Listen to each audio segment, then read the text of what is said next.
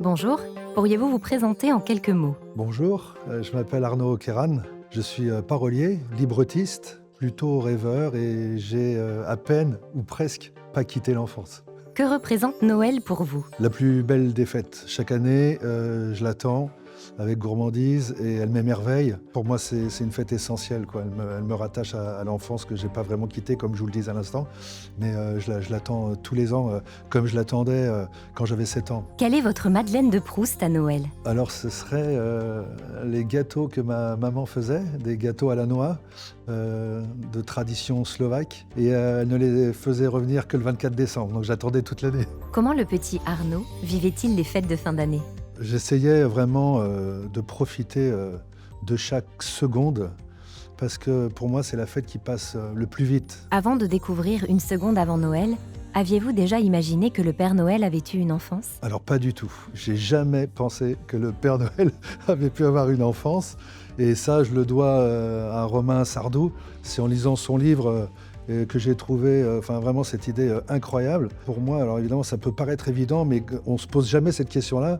Mais quand on nous raconte quelle était l'enfance du Père Noël, on se dit, mais c'est vraiment une idée de génie, quoi. C'est pourquoi j'y ai pas pensé avant, quoi. Quelle a été votre première impression en découvrant l'histoire et l'univers de Une seconde avant Noël? La première impression que ça m'a fait, c'était vraiment qu'il fallait définitivement croire en l'impossible. Et je pense que c'est une des grandes valeurs de cette histoire, du roman de Romain Sardou. Comment vous est venue l'idée de l'adapter en comédie musicale? Alors moi, à chaque fois que je lis un livre, je cherche l'émotion et l'émerveillement en ce qui concerne surtout cette histoire-là.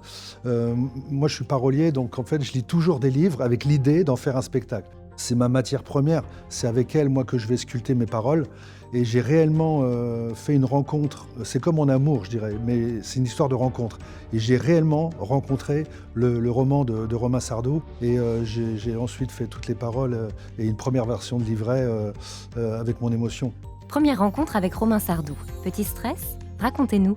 C'était pas un stress tellement lié à Romain Sardou, parce que je l'avais eu avant au téléphone, avant qu'on se voit, et il avait été vraiment adorable. Le stress que j'avais par rapport à la rencontre, c'était mon Dieu, qu'ils ne me disent pas qu'il n'est pas du tout intéressé par l'idée d'adapter une de ses œuvres, parce que moi j'avais déjà, comme je vous l'ai dit, fait presque tout un livret déjà, et écrit toutes les paroles de toutes les chansons, donc ça aurait été 2 ans et demi, 3 ans de travail à la poubelle en fait.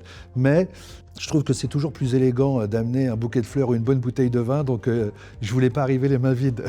En quoi ce projet vous reconnecte-t-il à votre enfance? L'enfance, j'y vis souvent, j'y vis toujours, et en fait c'est un projet qui me maintient dans l'enfance. Avec Romain, maintenant, on collabore sur le livret et on passe nos heures à faire parler Harold, un petit garçon qui va réaliser de grandes choses. Son meilleur ami, Onejo, des lutins, des farfadets, donc on est vraiment en connexion totale chaque jour sur l'enfance. Une seule chanson, c'est parfois tout un chapitre du roman originel. Quel est votre secret? C'est l'art de la concision, de la précision d'écrire des chansons. Il faut dire la même chose que tout un chapitre avec moins de mots, en rime. Je dirais, c'est chacun sa mission. Vos chansons vont-elles s'adresser aux petits comme aux grands? Mon rêve même, c'était de passionner les petits et de ravir les grands. Et c'est vraiment un spectacle familial que j'ai voulu. Et de la même façon que le roman n'infantilisait pas le propos, je ne l'ai pas fait dans les paroles de chansons. Quand Harold s'exprime, il va évidemment s'exprimer de façon différente que les lutins, par exemple, qui sont beaucoup plus espiègles et beaucoup plus speed, mais c'est avec des mots choisis, mais pas bébêtes, quoi. C'est des vraies chansons de comédie musicale. Vous rappelez-vous de l'émotion ressentie la première fois que vous avez entendu l'un de vos textes mis en musique par Marceau?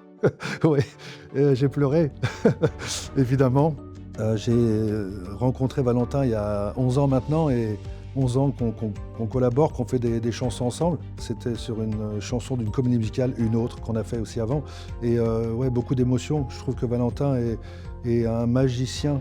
Et je le vois travailler, c'est rapide, c'est l'être le plus inspiré que j'ai jamais vu. Moi, je gratte pendant des heures pour aligner 3 rimes. Valentin, il met ses mains sur le clavier, c'est bon, c'est la bonne mélodie, c'est magique. À qui s'adresse le spectacle selon vous? Moi, le souhait, c'est de venir savourer ce spectacle comme on fête Noël. C'est-à-dire, il y a les parents, les enfants, peut-être les grands-parents. Faut venir voir une seconde avant Noël comme on fait Noël autour d'une table, autour du sapin, quoi. Pensez-vous que certaines familles chanteront vos chansons au pied de leur sapin dans les années à venir? Alors ce serait formidable évidemment, mais c'est marrant cette question parce que je ne l'ai pas imaginé au pied du sapin, mais j'ai imaginé qu'il y a une chanson dans le spectacle qui s'appelle Minuit à nos clochers. C'est d'ailleurs la chanson qui ouvre le spectacle. Et Valentin, une fois de plus, a fait une musique incroyable, magique là-dessus. Et j'imaginais plus les gens la chanter en décorant leur sapin de Noël quelques semaines avant, mais pas au pied du sapin, en le décorant, en famille. En une phrase, c'est quoi une seconde avant Noël pour vous? C'est la seconde essentielle, la plus magique. Dans cette seconde-là, si vous venez voir le spectacle, vous allez comprendre qu'il se passe énormément de choses. Père Noël aura appris beaucoup du pouvoir des êtres de légende. Et vous, croyez-vous au Père Noël? Bien sûr, bien sûr que j'y crois. Un mot pour la fin? Venez découvrir une seconde avant Noël pour rêver comme jamais.